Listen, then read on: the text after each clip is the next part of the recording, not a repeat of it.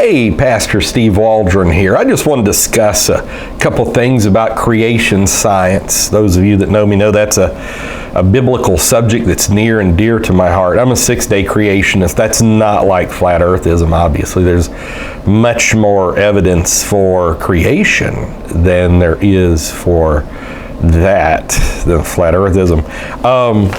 So, molecular biology disproves evolution.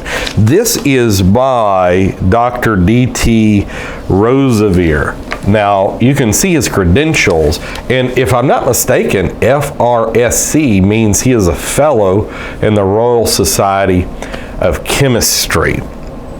So this was basically, he read Michael Denton's book, Evolution, A Theory in Crisis, and who's a molecular biologist, not a creationist in any sense of the term. And he's also came out with a sequel of that as well, still a theory in crisis, and basically shows that it is impossible for evolution to have happened on a microbiological level.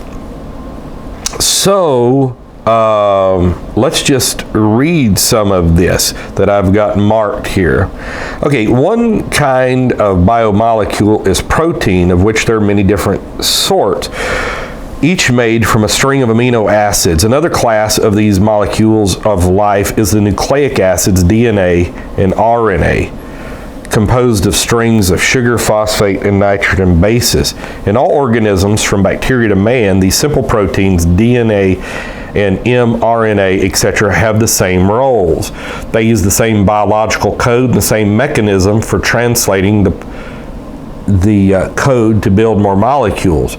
Cells of all organisms have the same sorts of biomolecules, such as cytochrome C and mRNA. It follows that no organism can be regarded as ancestral. Kaboom! In an evolutionary sense, bacterial cells are not more primitive than human cells in their composition. So, you know, what I just read is bacteria is not simple, bacterial cells not simple, humans not complex. All species everywhere contain the same types of cells. So it's an impossibility for there to be primitive and advanced. And so that one sentence and that one observation that is scientifically provable and a scientific law that is testable, repeatable, and truth totally eviscerates evolution. Just that one thing. Okay, so then he goes into this about enzymes and all this. Okay, a minor change would upset the O helix or the B pleated sheet formation of a protein. If one small change of the biomolecule prevents the cell from functioning properly, it is inconceivable that the biomolecule evolved by a succession of small changes. And here he's into the precision of the complex molecule, that everything is irreducibly complex. Amazingly so, Darwin didn't have access to electron microscopes, and they only function if everything is fully functioning. So it's an impossibility for a series of small changes to go from one to another. And so this again just totally crushes the theory of evolution. It just could not have happened. Okay, so then he goes into information theory and just makes a statement: information cannot arise from chance processes, but requires an input of intelligence.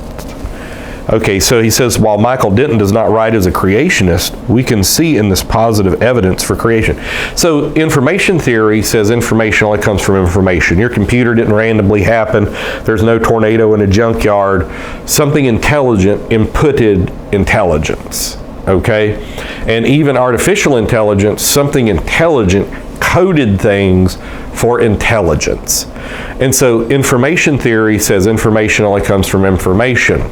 And so all of the information in deoxyribonucleic acid, mRNA, and cells and cytochromes and all of these various processes had to come from information. They do not arise from random inorganic processes. It just doesn't. So again, totally crushes the theory of evolution.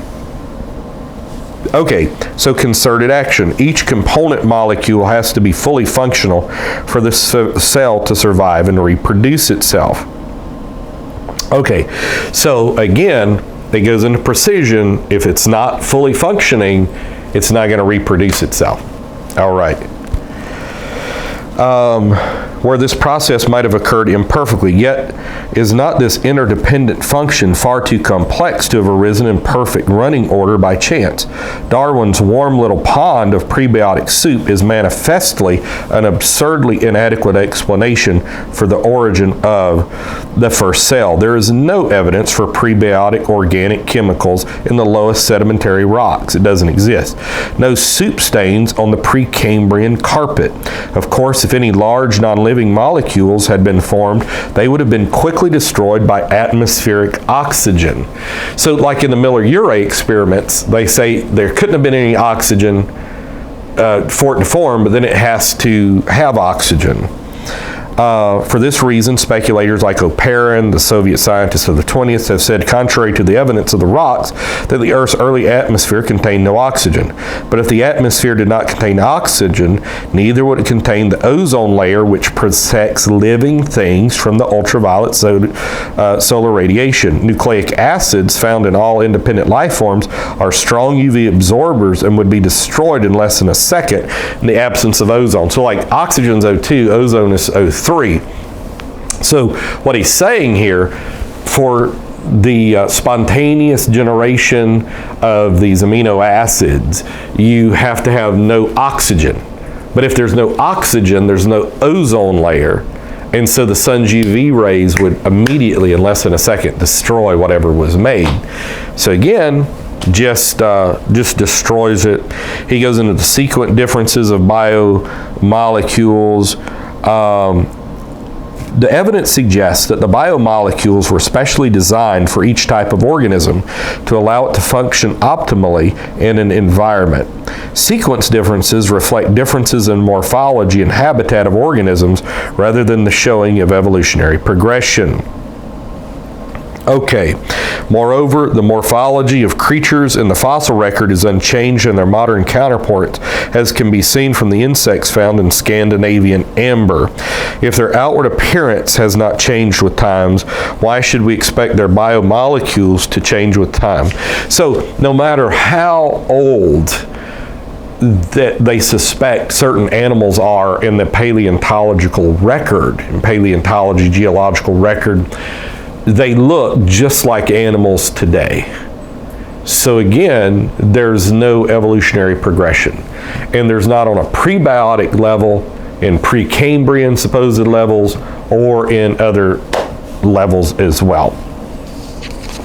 Okay.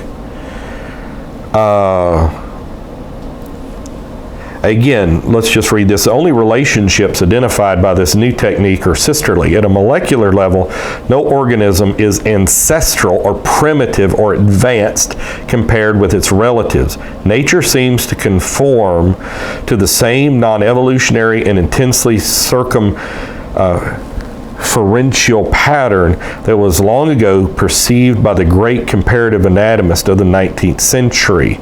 Denton goes on to say, there is little doubt that if this molecular evidence had been available 1 century ago, it would have been seized upon with devastating effect by the opponents of evolutionary theory like Agassiz and Owen, and the idea of organic evolution might never have been accepted. And then he goes into the argument from design. Just fantastic. Now, dare we reinterpret Genesis? This is, can you reinterpret Genesis other than six-day creationism? So on this, got tons of things. Let's see if I can find this. Jesus never reinterpreted Scripture. He simply quoted the words of being themselves perspicuous, intelligible, and meaningful. Such as the Jews celebrate the Sabbath every seventh day, and some Christian groups do as well, like Seventh-day Adventists and Sabbatarian Apostolics and all this. Well, obviously, that means that when the Sabbath was established, it was a 7-day week. It wasn't long grasp of time. And somebody say, well, starting with day 3, it's 6-day creation, but not verses 1 and 2. And I'm like, so what difference does that make? I mean, so where did long periods of time come in verses 1 and 2?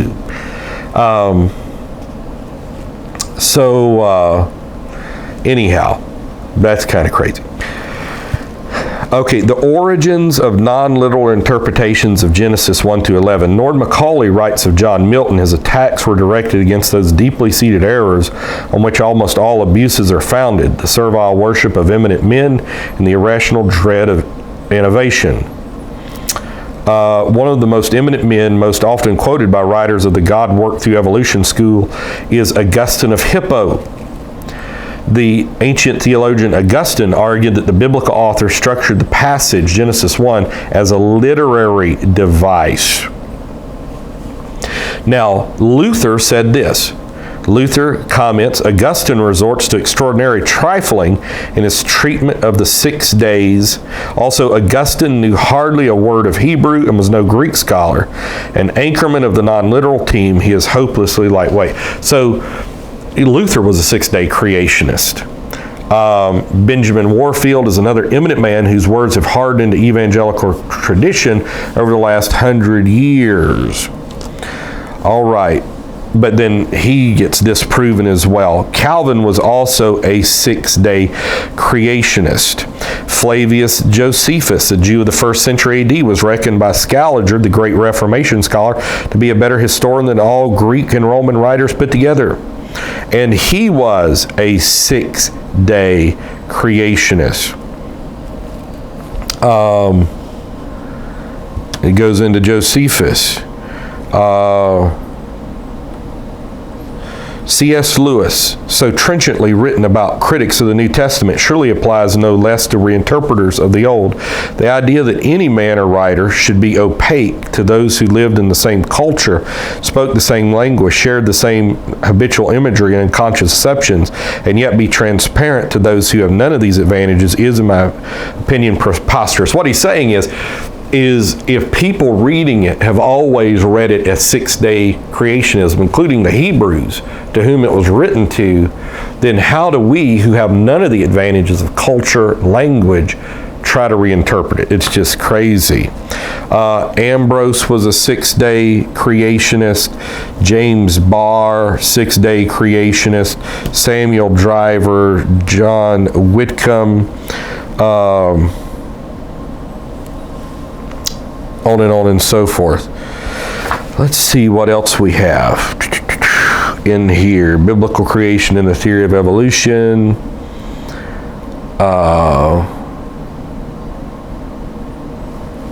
This is just a great deal. I'm not going to go into all of it. It's just fantastic. The literary framework hypothesis is a house of cards carefully constructed by academics in the airless atmosphere and artificial light of a theological library. We need to open the window and allow a good strong blast of common sense to go in. Anyone who has tried to teach the elements of Christianity to uneducated people will recognize the utter impossibility of explaining to them why God's first words should be that of gobbledygook. And that is really true as well. So you have a child. He'll say, Mom, did the ark really hold every kind of animal? The parents who follow the non-literal theory with one accord begin to make excuse. Well, no, not really, darling. You see, the scientists say, in view of Christ's solemn words about causing little ones to stumble, I would not like to stand in the shoes of anyone who teaches a child that in the ABC book of religion, God does not mean what he says. Now we come to Sir Karl Popper, who many people like Popper, and he says this: neither Darwin nor any Darwinian has so far given an actual causal explanation of any single organism or any single organ. The whole theory is falling apart, as Michael Denton, who did not claim to be a Christian, has so clearly demonstrated in Evolution of Theory and Crisis. Now Popper, his quote ended at organ. The rest of that was this writer's quotes.